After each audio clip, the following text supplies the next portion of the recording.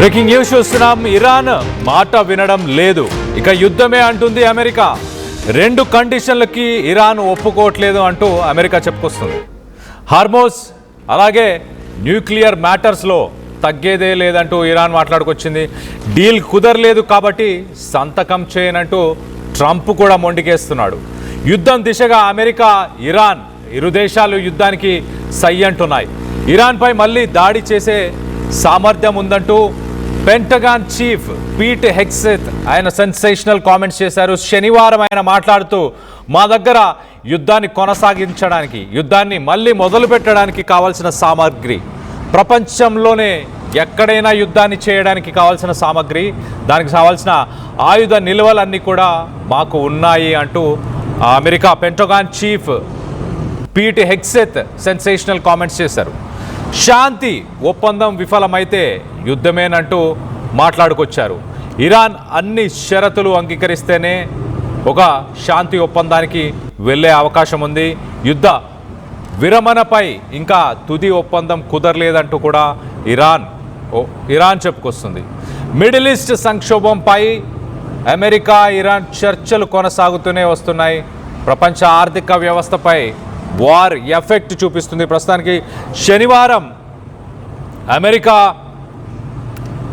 America Pentagon chief Pete Hegseth మాట్లాడుతూ చాలా క్లియర్గా, వీఆర్ మోర్ దాన్ క్యాపబుల్, మా సామర్థ్యం ఇంకా మా నిలువలు చాలా ఉన్నాయి. We're more than capable of resuming war with Iran after president Donald Trump said any peace deal must adhere to his red lines. So మొత్తం మీద పెట్టిన షరతులన్నింటినీ ఒప్పుకుంటేనే డొనాల్డ్ ట్రంప్ ఆ పీస్ డీల్ పైన సంతకం చేస్తారు. Tehran never been able to develop nuclear weapons, ప్రపంచంలో ఇరాన్ ఎప్పటికీ అణుబాంబుని తయారు చేయను అన్న షరతుకి ఒప్పుకుంటే అప్పుడు ఒక పీస్ డీల్ని సంతకం చేయడానికి ట్రంప్ సిద్ధంగా ఉన్నాడు.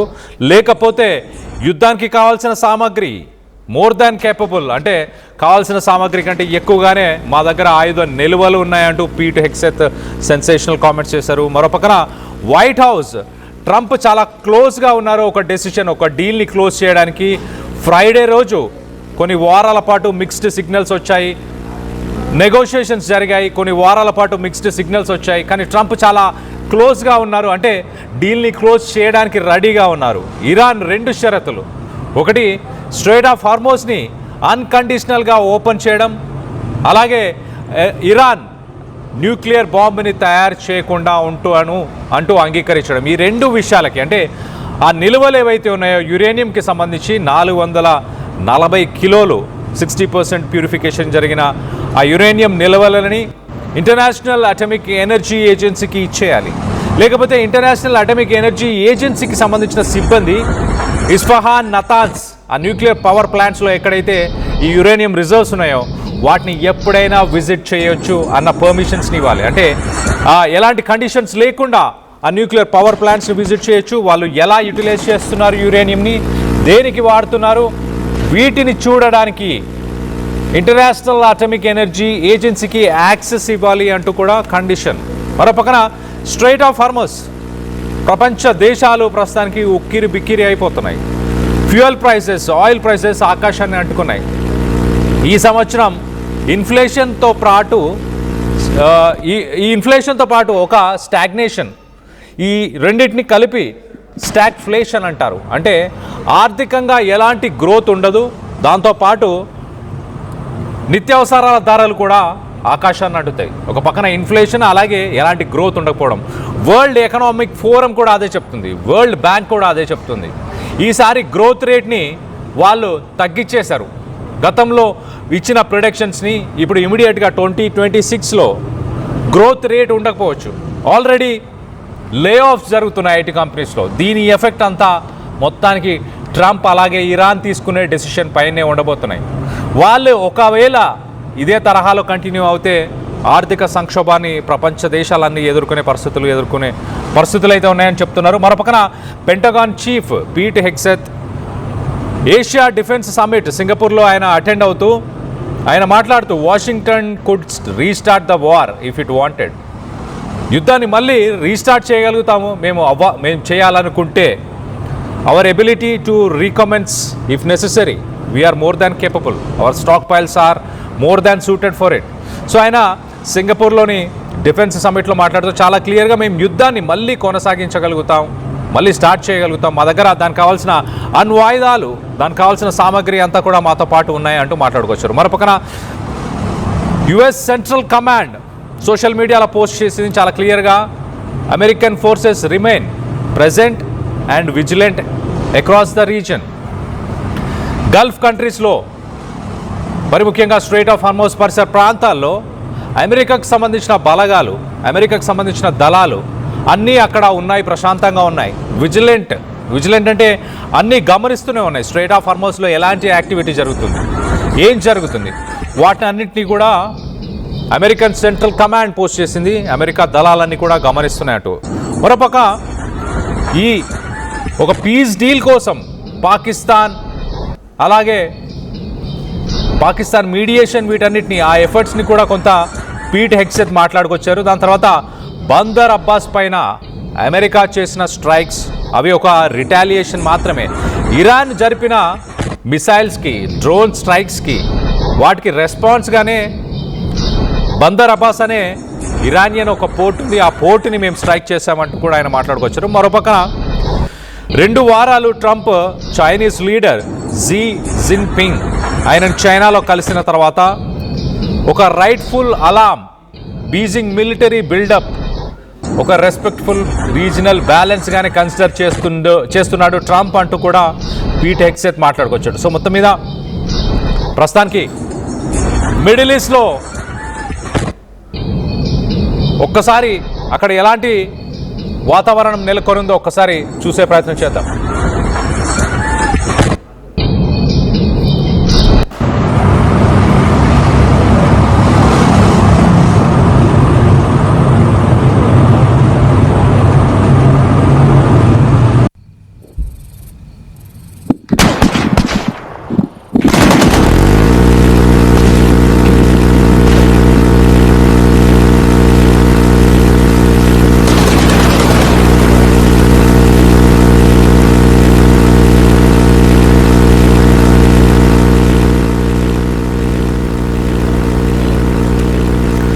మిడిల్ ఈస్ట్ సంక్షోభంపై కొనసాగుతున్న అమెరికా ఇరాన్ చర్చలు ప్రపంచ ఆర్థిక వ్యవస్థపై వార్ ఎఫెక్ట్ చాలా క్లియర్గా కనిపిస్తుంది. దీనికి సంబంధించి మీరేమనుకుంటున్నారు? ట్రంప్ యుద్ధాన్ని నిలిపివేస్తాడా? ఇరాన్ ఆ 2 అంశాలపైన ఒక కొలిక్కి వచ్చే అవకాశం ఉందా? స్ట్రెయిట్ ఆఫ్ హార్మోజ్ని ఎలాంటి కండిషన్స్ లేకుండా ఓపెన్ చేసి పెట్టడం, అలాగే ఇరాన్ దగ్గర ఉన్న న్యూక్లియర్ రిజర్వ్స్ అంటే యురేనియం రిజర్వ్స్ని మరి ఇంటర్నేషనల్ అటామిక్ ఎనర్జీ ఏజెన్సీకి అప్పచెప్తారా? వాళ్ళు ఆ సిబ్బంది ఇరాన్ని విజిట్ చేయడానికి అన్కండిషనల్గా వాళ్ళకి యాక్సెస్ని ఇచ్చే అవకాశం ఉందనుకుంటున్నారా? దీనికి సంబంధించి మీ అభిప్రాయాలు ఏంటనేది కింద కామెంట్ రూపంలో తెలియపరచండి.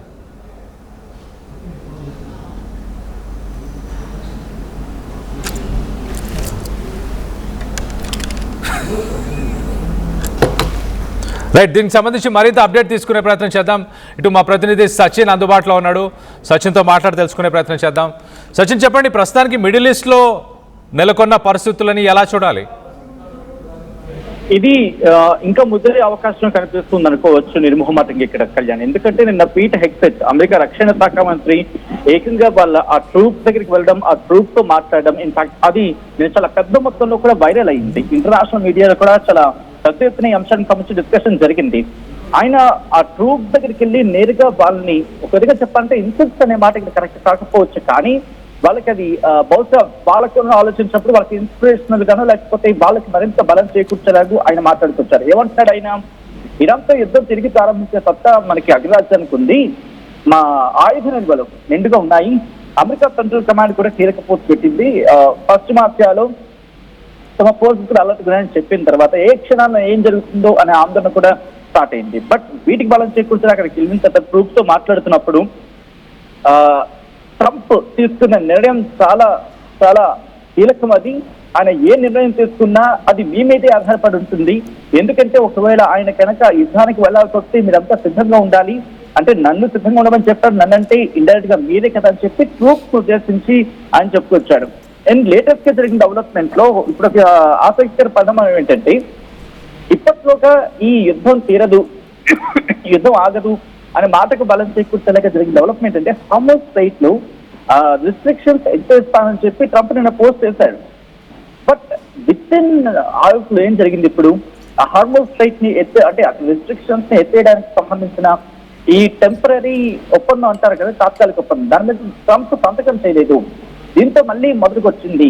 నిన్న రాత్రి సందర్భం ఈరోజు మార్నింగ్ కి మళ్ళీ రివర్స్ అయిపోయింది. వాళ్ళ భాషలో చెప్పాలంటే విత్ ఇన్ అవర్స్ లోనే చేంజ్ అయిపోయింది. ఏమనంటే ఇరాన్ మీద వస్తుంది అమెరికా. ఏముంటుంది? ఇరాన్ తో ఈ టెంపరీగా మేము ఒప్పందం గురించుకుంటున్నాం, దీని మీద ఒక ఫైనల్ డెసిషన్ తీసుకునేందుకు కూడా మేము రెడీ అయ్యాం, సిచ్యువేషన్ రూమ్ కి నేను వెళ్తానని చెప్పి ట్రంప్ కూడా చెప్పుకొచ్చాడు. అండ్ ఇదే అంశానికి సంబంధించి సిచ్యువేషన్ రూమ్ అంటూ పీట్ హెగ్సెత్ కూడా చెప్పుకొచ్చాడు. Back to the subject here again. అయితే ట్రంప్ వాళ్ళ టీంతో భేటీ అయ్యాడు. 2 గంటల పాటు చర్చలు జరిగాయి.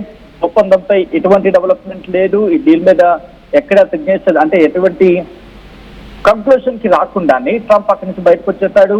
అయితే దీని మీద వైట్ హౌస్ రియాక్ట్ అయింది. ఏముంటుంది? ఇరాన్ తో కనుక డీల్ జరిగితే అది అమెరికాకు మేలు చేసేదిగానే ఉంటుంది. టెహరాన్ పై రెస్ట్రిక్షన్స్ కావచ్చు, లేకపోతే శాంక్షన్స్ కావచ్చు, దీంతో పాటు ఆ కండిషన్స్ అన్ని కూడా ట్రంప్ సాటిస్ఫై అవ్వాలి. ఆ తర్వాతే దాని మీద ట్రంప్ సంతకం చేస్తాడు. సో ఇలా ఇరాన్ ఎప్పటికీ కూడా న్యూక్లియర్ మీద ఇందాక అన్నారు ఆ మాటని, న్యూక్లియర్ రిజర్వ్ గురించి. సో ఇది మళ్ళీ మొదటికి వచ్చింది. ఏ కండిషన్స్ అయితే ఇరాన్ పెట్టిందో దానికి ట్రంప్ ఒప్పుకోడు, అమెరికా ఒప్పుకోదు. అమెరికా పెట్టిన కండిషన్స్ కి ఇరాన్ ఒప్పుకోదు. సో ఈ రెండు జరిగినప్పుడు పీస్ డీల్ అనే మాట ఇంకా ఎక్కడా లేదు. బట్ ఇక్కడ మాత్రం ఒక పాయింట్అవుట్ చేయాల్సిన సందర్భం ఏంటంటే Pakistan so called mediation, Pakistan చెప్తుంది నేను మీడియేషన్ గట్టిగా చేస్తున్నాను చెప్పిన పాకిస్తాన్ ఇక్కడ అడ్డంగా ఫెయిల్ అయిపోయింది. ఇక్కడ వాళ్ళ ఫెయిల్యూర్ క్లియర్ గా కనిపిస్తోంది. ఎందుకంటే ఎక్కడా కూడా వీళ్ళిద్దరి మధ్య సయోధ్య కుదిర్చే ప్రయత్నంలో, సంధి కుదిర్చే ప్రయత్నంలో పాకిస్తాన్ కీలక పాత్ర పోషించలేకపోయింది. అట్టర్ ఫెయిల్యూర్ అని చెప్పుకోవాలి.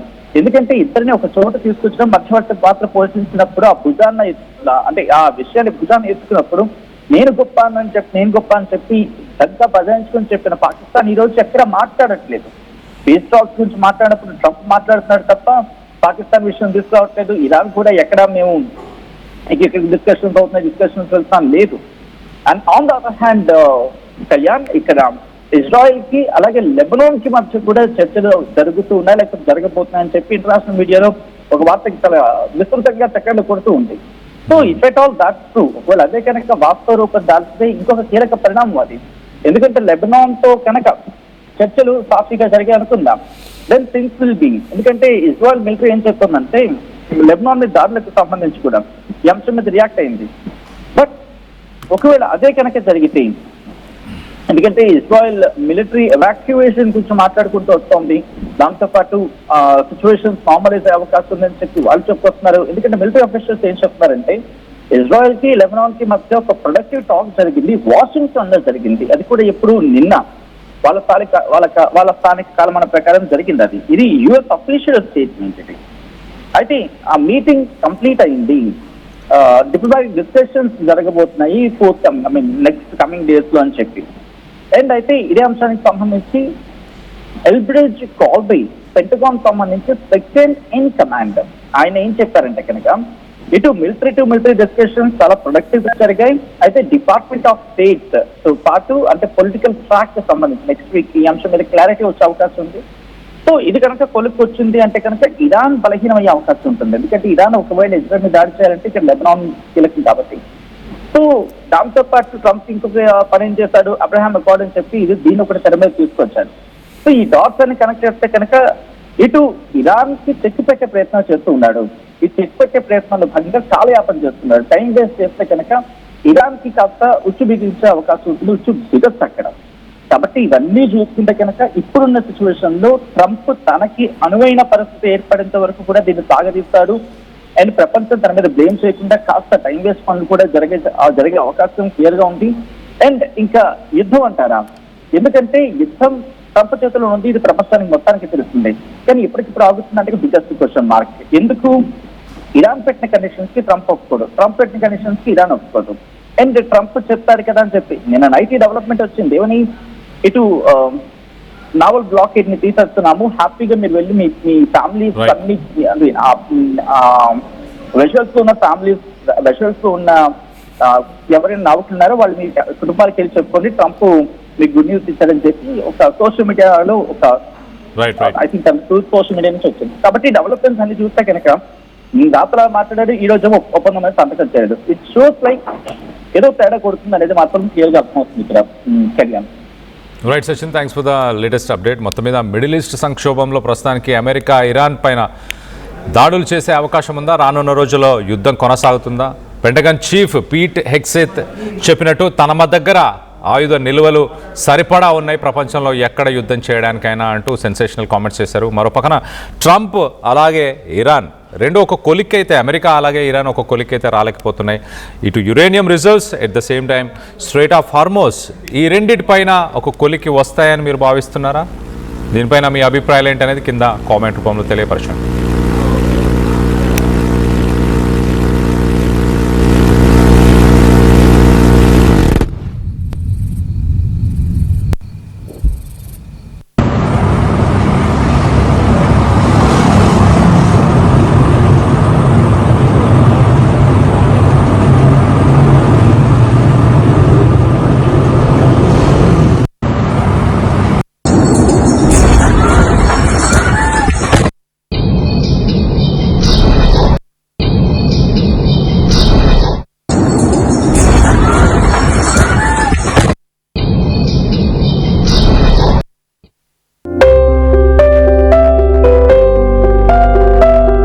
చిన్న చిన్న ఆనందాలు 35 ఏళ్లుగా నా జీవితంలో లేవు.